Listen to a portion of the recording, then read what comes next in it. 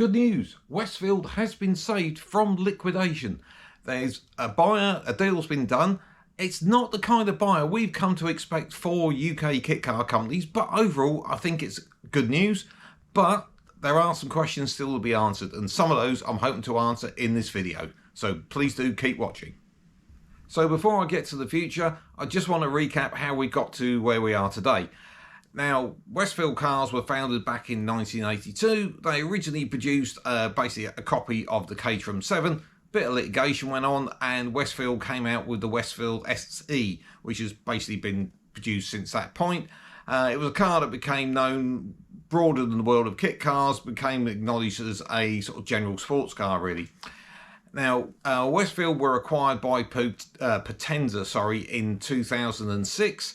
They went on to also acquire GTM in 2007 and also Chesil in 2019. And I'll come back to what I know about what's happening with those brands in a short while. Now, the Potenza Westfield business, that went into receivership in June 2022. And then in September 2022, it was bought out and under the banner of Westfield Chesil Limited, led by a chap called Nigel Trilk. Now, the company carried on. I know they invested heavily in a lot of CAD drawings and trying to bring everything up to date. They also were sort of committed to trying to supply their own engines and complete cars and so on. Unfortunately, that car, or that business, I should say, called in the voluntary liquidation at the end of April 2026. So, who is the buyer for this company? It is a company called Driving Fun. No, I haven't heard of them either. But then I'm not a track day guy. Apparently because they are based in Germany, and they have, or they organise, I should say, around about 100 track days across Europe every year. And according to what I read in an Autocar article, they also own 2 hotels at the Nürburgring. So they're going to be a fairly good investment, I imagine. Now, they're based at a circuit called Meppen, which is in the west of Germany, very close to the Dutch border. And that will become important in a moment. Now, their intention is to convert a current storage building at the circuit into a factory by the end of this year and be producing cars by that point. But first, they've got to get about 6 containers worth of equipment over from the UK. Obviously, there's chassis jigs, there's moulds, and there's all the equipment and parts that were at the Bicester factory. And the other thing is, the model-wise, they are intending to continue production of the Westfield SE, the Westfield Cup, and importantly, the Westfield 11, which I know was quite a popular model with a lot of people. And they also say that they have intentions in the future to develop new models, which is good to hear.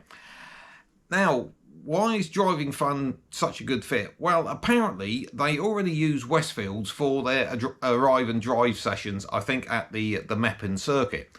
So it does make a lot of sense for them to look to take on the production.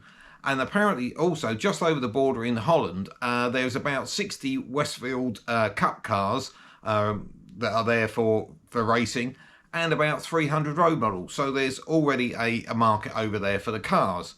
But as I can already hear you screaming in the background, what about the UK?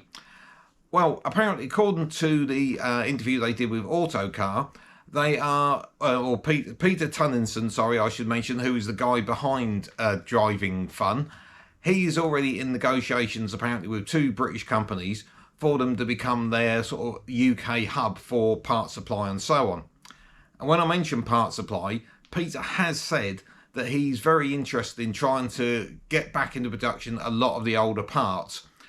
Now, this is where I have got a bit of a question. I had this conversation with Simeon when, a very long time ago, I did the original interview with Westfield Chesil when they relaunched. And one of the questions that came up was older parts. And their sort of challenge with that was saying that if we produce 1 wishbone for a car from, I don't know, 1986, the cost of doing that is way in excess of that wishbone. They need to produce 10 to make it worthwhile, and 9 may sit on the shelf for a long time. So I don't quite know how Peter's going to tackle that problem. Yeah, obviously anything can be made if the cost is right, or you take the risk and invest in the future. Time will tell. I'm very lucky to have a great contact over in Holland, and he was able to provide me a link to a website, limburger.nl, who had done an interview with Peter. Now, I've got a slight issue I need to take with Peter on this because, and I quote, Westfield had gone bankrupt and risen again several times before. I'm not sure two is several, but maybe you could argue that one in the comments. But the critical thing within that interview was that he said that they were going to produce these cars under the Dutch flag. As already mentioned, the circuit meppen is over in Germany. Now, this is where questions come out, because for anyone that knows about trying to register cars across Europe, Germany is one of them which is really, really challenging. And the reason for that is they have something called TUV, which controls basically parts down to tyres that you can put onto vehicles. I've got friends over there with classic bikes, and anything they put on their bike, they need a certificate to say that it's up to full approval. It's not like the UK where, you know, on the exhaust you get a BS stamp and you're away. This has to have real top quality certification on anything that's not original factory. So the chances of registering anything in Germany is pretty much zero. However, Holland is a little bit more cooperative, and I'm going to pronounce this really badly, and my Dutch contact is probably going to block me, but here goes. Their equivalent to the DVLA or VOSA is the RDW, the Rijksdienst voor Wegverkeer. I'll put it on the screen so you can see how it should be pronounced. Now, they have a similar system where you can go on to their website and check the MOT and registration of vehicles and so on. But they also are in charge of registering vehicles for the first time onto the road. Now, one problem with this is that they have quite a heavyweight tax for first registration. So, for example, if you've got something that's putting out 130 grams a kilometre, I'll put the whole thing on the screen for you now with the explanation, and you can see how it all works. 130 grams a kilometre car, you'd have a first off tax of over 8,000 euros to pay. So that is going to be quite a dent if you have to do it there. One option, of course, is for cars to come over to the UK and to be registered in the UK and then maybe exported back or used in the UK. Going back to the Holland option, there is apparently, even on small volumes, you can get type approval. There's a kit car called the Donkvoort, which is done on that basis, and if you make all the cars the same, and my contact believed that that was probably the way it's likely to go with Westfield in the future, that they will, it's almost like mini type approval, more than IVA but less than like a Ford Focus or whatever they're calling it nowadays. To do it individually apparently in Holland is a very long and very involved process compared to our IVA, and I know our IVA isn't straightforward, but if they can get to this type approval situation, it should be cracking. Now, the only other thing is, people that I know are going to ask is, what about kits? Well, that is, in the bits I've read from that Peter's been quoted on, kits are possible for the future. Again, this is something that would probably have to come to the UK for people to build. Obviously, if you're producing the spares, hopefully you'd expect them to produce kits as well.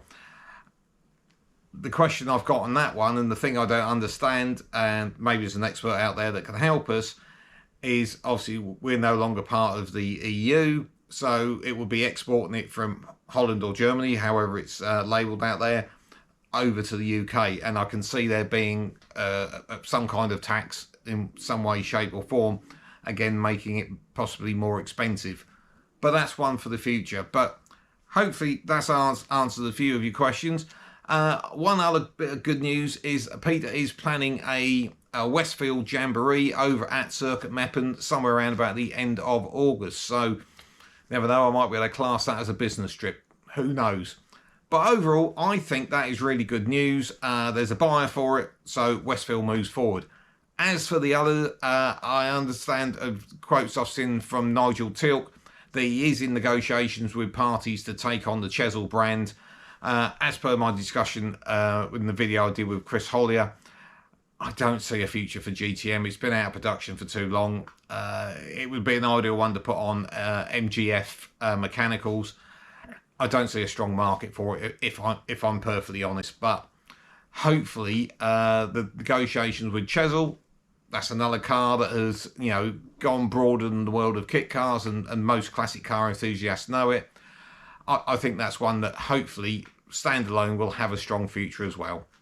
Well, if you got this far, you must have enjoyed the content, so please do give the subscribe a whack, and I'll catch you next time.